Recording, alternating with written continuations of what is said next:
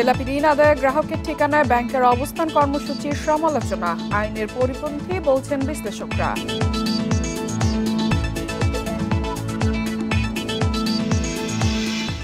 খরচ বাড়ল হিমাগারে আলু সংরক্ষণের, কেজিতে 1 টাকা বাড়িয়ে 8 টাকা নির্ধারণ।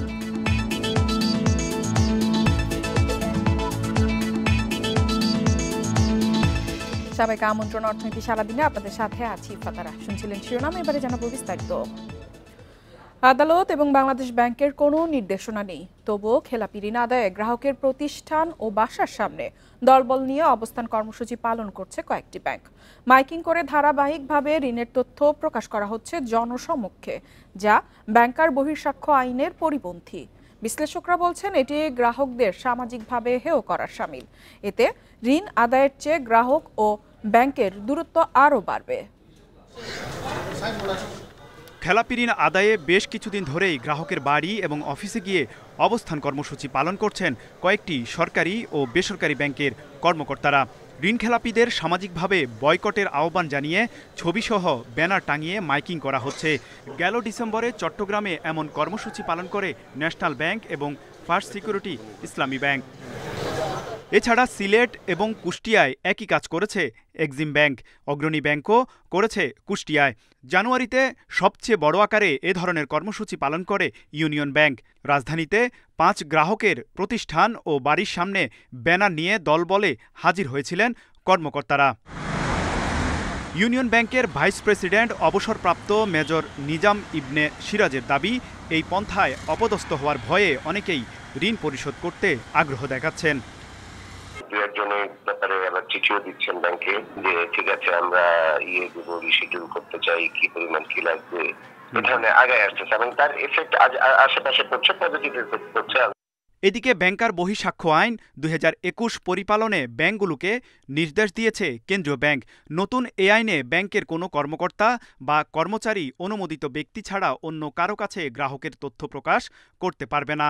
এই আইন না মানলে সর্বোচ্চ 3 বছরের কারাদণ্ড বা 10 লাখ টাকা জরিমানা অথবা উভয় দণ্ডে দণ্ডিত হবেন। তবে গ্রাহকদের সামাজিকভাবে হেয় করে খেলাপি ঋণ আদায় সম্ভব নয় বলে মত বিশ্লেষকদের। আপনার মূল উদ্দেশ্য তো আপনার টাকা, গ্রাহকের টাকা ফেরত আনা। আপনার উদ্দেশ্য তো তাকে আপনার একেবারে ভিক্টিমাইজ করে তাকে একেবারে সমাজের কাছে হেয় করে দিলেই তো কি আপনার টাকা ফেরত আসবে? ফেরত তো আসবে না। আইনের দুর্বলতায় ঋণ খেলাপিরা বারবার পার পেয়ে যাচ্ছেন। তবে এক্ষেত্রে রাজনৈতিক সরকারের সদিচ্ছা গুরুত্বপূর্ণ ভূমিকা রাখতে পারে বলছেন তারা। ইচ্ছাকৃত খেলাপিদের আপনি হ্যান্ডেল করবেন। সরকার যদি চায়, ইয়েস আমরা এই ব্যাংকগুলোকে টার্ন অ্যারাউন্ড করাবো, খেলাপিদের কাছ থেকে আমরা টাকা পয়সা আদায় করব। আপনি সরকারের একটা রাজনৈতিক সদিচ্ছাই এনাফ, বুঝছেন? এত বড় বড় আইনের দরকার নেই। বাংলাদেশ ব্যাংকের হিসেবে বর্তমানে খেলাপি ঋণের পরিমাণ 2,84,000 কোটি টাকার বেশি। তৌহিদ রানা, ইন্ডিপেন্ডেন্ট নিউজ, ঢাকা। হিমাগারে আলু সংরক্ষণের খরচ 1 টাকা বাড়িয়ে 8 টাকা করেছে মালিক সমিতি। শনিবার রাজধানীর পল্টনে সমিতির কার্যালয়ে সংবাদ সম্মেলনে এ ঘোষণা দিয়েছেন তারা। সব ধরনের খরচ বাড়ায় লোকসান এড়াতে এই সিদ্ধান্ত বলে দাবি মালিকদের। এবছর উৎপাদন 40% বাড়ায় আলুর দাম সহনীয় থাকবে বলেও মনে করছেন তারা।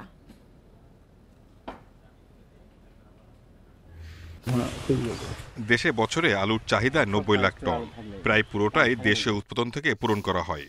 মূলত ফেব্রুয়ারি মাস থেকে সংরক্ষণ শুরু হয় আলুর। হিমাগারে এতদিন প্রতি কেজি আলু সংরক্ষণ ভাড়া 7 টাকার জায়গায় 1 টাকা বাড়ানো হলো। সেক্ষেত্রে মার্চ থেকে 50 কেজি বস্তা দাম দাঁড়াচ্ছে 400 টাকা। আলু সংরক্ষণ ভাড়া ও সার্বিক পরিস্থিতি নিয়ে সংবাদ সম্মেলনে মালিক সমিতি জানায়, বিদ্যুৎ বিল, ব্যাংক সুদহার সহ অন্যান্য খরচ বেড়ে যাওয়ায় 1 টাকা বাড়াতে বাধ্য হয়েছেন তারা। খরচগুলো বিবেচনা নিয়ে কেজি প্রতিবার 8 টাকা নির্ধারণ করা হয়েছে। এই 8 টাকা কেজি প্রতিবার নির্ধারণে যৌক্তিকতা যাচাই করার জন্য আমরা স্বপ্রণোদিত হয়ে উদ্যোগী হয়ে বাণিজ্য মন্ত্রণালয়, কৃষি মন্ত্রণালয়, টেলিকমিশনের পথে বিনীত আহ্বান জানাচ্ছি। গত বছর চাহিদার তুলনায় উৎপাদন কম হওয়ায় আলুর দাম বাড়তি ছিল। এবার 40% বেশি জমিতে আলুর চাষ হয়েছে, তাই বাজারে সর্বোচ্চ 40 টাকার বেশি দাম হবে না বলছেন হিমাগার মালিকরা। তবে মধ্যস্বত্বভোগীদের দৌরাত্ম্য কমানোর ওপর জোর দেন তারা। সরকার, অর্থ মন্ত্রণালয় একটি বছরের জন্য আমাদের হিমাগারগুলিকে বলুক যে আপনাদের 25 সালের জন্য ব্যাংকের সুদের হার 7% করা হলো, দেখেন আমাদের কেজি প্রতি ভাড়া কত কমে আসে। দেশে ছোট বড় মিলিয়ে হিমাগার রয়েছে 365টি। এসব হিমাগারকে কৃষিভিত্তিক শিল্প ঘোষণার দাবি মালিকদের। Shahid Ahmed, independent news, Dhaka. রাজধানীর বসুন্ধরা আন্তর্জাতিক কনভেনশন সেন্টারে চলছে ফার্নিচার শিল্পের আধুনিক প্রদর্শনী। 3 দিনের এই প্রদর্শনী শেষ হচ্ছে আজ। মেলার সবশেষ খবর জানাতে আমাদের সাথে যোগ দিচ্ছে সহকর্মী শাহিদ আহমেদ।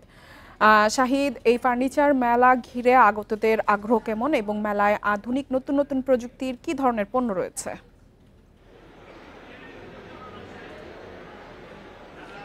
দেখুন, আসলে এই যে বসুন্ধরা কনভেনশন সিটিতে যে 3 দিনের যে প্রদর্শনী ফার্নিচার প্রযুক্তি, সেটা আজকে শেষ দিন। শনিবার রাত 8টা পর্যন্ত চলবে। আমি যদি এই মুহূর্তে একটু মেলার চিত্র দেখাই, সেক্ষেত্রে পুরো মেলাটা কিন্তু সাজানো হয়েছে আধুনিক যে ফার্নিচার তৈরির যে নতুন নতুন প্রযুক্তিগুলো নিয়ে। আপনি সেই প্রযুক্তি কিভাবে আসলে মানুষের সাথে পরিচয় করিয়ে দেওয়া যায় এবং নতুন নতুন প্রযুক্তির মাধ্যমে ফার্নিচার শিল্পটাকে কীভাবে আরও এগিয়ে নিয়ে যায়, সেই জন্যই আসলে এই প্রযুক্তিকে মানুষের কাছে পৌঁছে দেওয়ার জন্য এটার আয়োজন। এবং আমি যদি আরও একটু নির্দিষ্ট করে বলি, কিছুদিন আগে বাণিজ্য উপদেষ্টা এখানে একটা অনুষ্ঠানে কিন্তু বলেছিলেন যে আসলে দেশে অভ্যন্তরীণভাবে ফার্নিচার শিল্পের মোট বাজার 30,000 কোটি টাকা এবং গত বছর $70 বিলিয়ন সমমূল্যে ফার্নিচার দেশের বাইরে রপ্তানি করা হয়েছে, যেটা খুবই সামান্য পরিমাণ। এবং বলছেন যে বাণিজ্য মন্ত্রণালয় থেকে একটা টার্গেট ঠিক করে দেওয়া হয়েছে যে আগামী 2030 সাল নাগাদ মোট 1 বিলিয়ন সমমূল্যের ফার্নিচার যাতে রপ্তানি করা যায়, সেই লক্ষ্যে কিন্তু বাণিজ্য মন্ত্রণালয় আসলে কাজ করছে। এবং এটার জন্যই এই যে ফার্নিচার শিল্পের যে আধুনিক প্রযুক্তির সন্নিবেশন ঘটিয়ে কিভাবে রপ্তানিমুখী করা যায়, সেটার জন্য কিন্তু এই আয়োজনটা করা হয়েছে। এবং এখানে শুধু যে ফার্নিচার দেশের ভিতরে না, আধুনিক মানে ইউরোপিয়ান দেশগুলোতে যেই ধরনের ফার্নিচার চাহিদা, সেই ফার্নিচারগুলোকে কিভাবে দেশে প্রস্তুত করে দেশীয় কাঁচামাল নিয়ে করা যায়, সেটার জন্যই কিন্তু এই ফার্নিচার প্রযুক্তি প্রদর্শনী আয়োজন করা হচ্ছে। এবং এখানে যারা উদ্যোক্তা, তাদের সাথে কথা হয়েছিল। এবং আরেকটু বিষয়, দেশে যে প্রধান মানে প্রথম সারি যে ফার্নিচার শিল্প গুলো আছে, প্রতিষ্ঠানগুলো আছে, এর পাশাপাশি যে ছোট উদ্যোক্তা রয়েছে, তারাও কিন্তু মেলায় আসছে যে তারা এই নতুন প্রযুক্তির মাধ্যমে কীভাবে টেকসই এবং রুচিসম্মত ফার্নিচার তৈরি করা যায়, সেই বিষয়ে কিন্তু এখানে জ্ঞান নিচ্ছে। এবং এর ফলে তারা যেটা বলছে যে নতুন উদ্যোক্তারা আসলে এই শিল্পে যদি আসতে চায়, সেক্ষেত্রে আসলে নতুন সেই সনাতন পদ্ধতি বাদ দিয়ে কীভাবে আধুনিক প্রযুক্তির সন্নিবেশন ঘটিয়ে ফার্নিচার শিল্পকে আরও এগিয়ে নিয়ে যায়, সেই জ্ঞানটাই কিন্তু তারা এখান থেকে পাচ্ছে। আমি যদি বলা হয়, এই প্রদর্শনীতে মোট 30টি প্রতিষ্ঠান অংশগ্রহণ নিচ্ছে, তার মধ্যে বেশ কয়েকটি বিদেশি প্রতিষ্ঠান রয়েছে। চীন সহ ভিয়েতনাম সহ অন্যান্য দেশের প্রতিষ্ঠান কিন্তু এখানে আছে। তারা কিন্তু তাদের প্রদর্শনীতে, তাদের প্রযুক্তিতে এখানে তারা প্রদর্শন করছে। স্থানীয় উদ্যোক্তারা দেখছেন যে দেশীয় কাঁচামাল শিল্প যেটা আছে কাঠ থেকে, সেই কাঠ থেকে কীভাবে সন্নিবেশন করে আরও উন্নত করা যায়, সেই বিষয়ে। এবং আরেকটি বিষয়, কিন্তু গত বছর কিন্তু দেখুন যে ফার্নিচার শিল্পকে বর্ষপণ্য ঘোষণা করা হচ্ছে বাণিজ্য মন্ত্রণালয় থেকে, এবং রপ্তানি ব্যুরো থেকে একটা নির্দিষ্ট পরিমাণ প্রণোদনও কিন্তু দেয় এই ফার্নিচার শিল্পের জন্য। এবং সেক্ষেত্রে এই শিল্পটাকে এগিয়ে নেওয়ার জন্য কিন্তু বলছে যে 2030 সালের মধ্যে $1 বিলিয়ন আধুনিক প্রযুক্তির প্রদর্শনী থেকে সবশেষ খবর জানাচ্ছিলেন সহকর্মী শাহিদ আহমেদ। চলে যাচ্ছি পরবর্তী সংবাদে। বিদায়ী সপ্তাহে ঢাকা স্টক এক্সচেঞ্জের সূচক উত্থানের মধ্য দিয়ে লেনদেন শেষ হয়েছে। এ সময় ডিএসসিএক্স সূচক বেড়েছে 66.28 পয়েন্ট। একই সঙ্গে সপ্তাহের ব্যবধানে লেনদেন বেড়েছে 438 কোটি টাকা, আর বাজার মূলধন বেড়েছে 9,105 কোটি টাকা। বিদায়ী সপ্তাহে 5 কার্যদিবসের মধ্যে সব দিনই সূচক বেড়েছে ঢাকার শেয়ার বাজারে। এতে সপ্তাহ শেষে ডিএসইএক্স সূচক 66.28 পয়েন্ট বেড়ে অবস্থান করছে 5,179 পয়েন্টে। সূচকের সঙ্গে ডিএসইতে বেড়েছে লেনদেনও। গত সপ্তাহে লেনদেন হয়েছে 2,132 কোটি টাকার শেয়ার। আগের সপ্তাহে লেনদেন ছিল 1,694 কোটি টাকার শেয়ার, অর্থাৎ সপ্তাহের ব্যবধানে লেনদেন বেড়েছে 438 কোটি টাকা। বিদায়ী সপ্তাহে বাজার মূলধন বেড়েছে 9,000 কোটি টাকার বেশি। প্রথম কার্যদিবসে লেনদেন শুরুর আগে ডিএসইর বাজার মূলধন ছিল 6,64,825 কোটি টাকা। সপ্তাহের শেষ কার্যদিবসে বাজার মূলধন দাঁড়িয়েছে 6,73,930 কোটি টাকায়। বিদায় সপ্তাহে হাত বদলে অংশ নেওয়া ৩৯৫টি কোম্পানি ও মিউচুয়াল ফান্ডের মধ্যে দর বেড়েছে ২৬৫টির, কমেছে ১০৩টির এবং অপরিবর্তিত রয়েছে ২৭টি প্রতিষ্ঠানের শেয়ার দর। সপ্তাহ জুড়ে সবচেয়ে বেশি লেনদেন হওয়া প্রতিষ্ঠানের তালিকায় প্রথম অবস্থানে আছে বিচ হেচারি, দ্বিতীয় গ্রামীণ ফোন এবং তৃতীয় অবস্থানে আছে সিটি ব্যাংক। শতাংশের দিক থেকে দর বৃদ্ধির তালিকায় প্রথম অবস্থানে আছে এনার্জি প্যাক পাওয়ার, দ্বিতীয় প্রিমিয়ার লিজিং এবং তৃতীয় অবস্থানে আছে ফনেক্স ফাইন্যান্স। অন্যদিকে বিদায়ী সপ্তাহে চট্টগ্রাম স্টক এক্সচেঞ্জের সার্বিক সূচক ২১৮ পয়েন্ট বেড়ে অবস্থান করছে ১৪৫১২ পয়েন্টে। সপ্তাহ জুড়ে লেনদেন হয় ২৭ কোটি ২১ লাখ টাকার share. Amirul Islam, independent news. রাজধানীর ধানমন্ডিতে শেষ হয়েছে বাংলাদেশ ট্যানার্স অ্যাসোসিয়েশনের ২০২৫-২৬ মেয়াদের দ্বিবার্ষিক নির্বাচনের ভোট গ্রহণ। শনিবার বিকেল ৪টায় ভোট শেষে এখন চলছে গণনা।